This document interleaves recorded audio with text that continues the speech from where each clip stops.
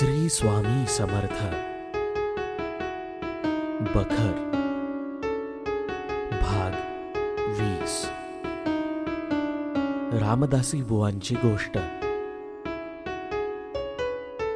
श्री स्वामी महाराज मंगळवेढ्यास असताना ते नेहमी पंढरपूर, बेगमपूर, चळांबे वगैरे नजीकच्या गावी जात येत असत.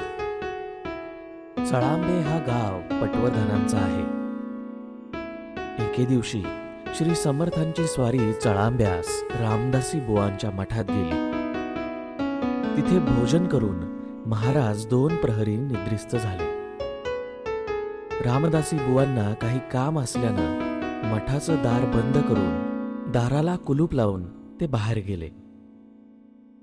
पुढे संध्याकाळच्या सुमारास श्री स्वामी समर्थ भीमा नदीच्या वाळवंटात खेळत बसलेले लोकांनी पाहिले. चळांब्यास भीमा नदी आहे. महाराज वाळवंटात बसले आहेत अशी बातमी गावात पसरून रामदासी बुवांच्या कानीही पडली. महाराज तर मठात निद्रिस्त आहेत.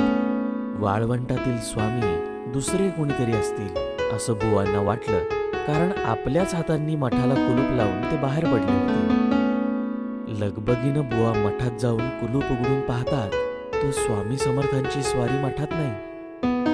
बुवांना आश्चर्य वाटलं. मठाला दुसरा दरवाजा नसून बाहेर पडण्याचा मार्ग एकच. दरवाजाला स्वतःच्या हातून कुलूप लावला असून त्याची किल्ली आपल्याजवळ आहे. महाराज मठाबाहेर कसे गेले? ह्याबद्दल बुवांचा काही तर्क लागेना. शेवटी महाराजांच्या अगाध लीलेबद्दल बुवांना आश्चर्य वाटलं.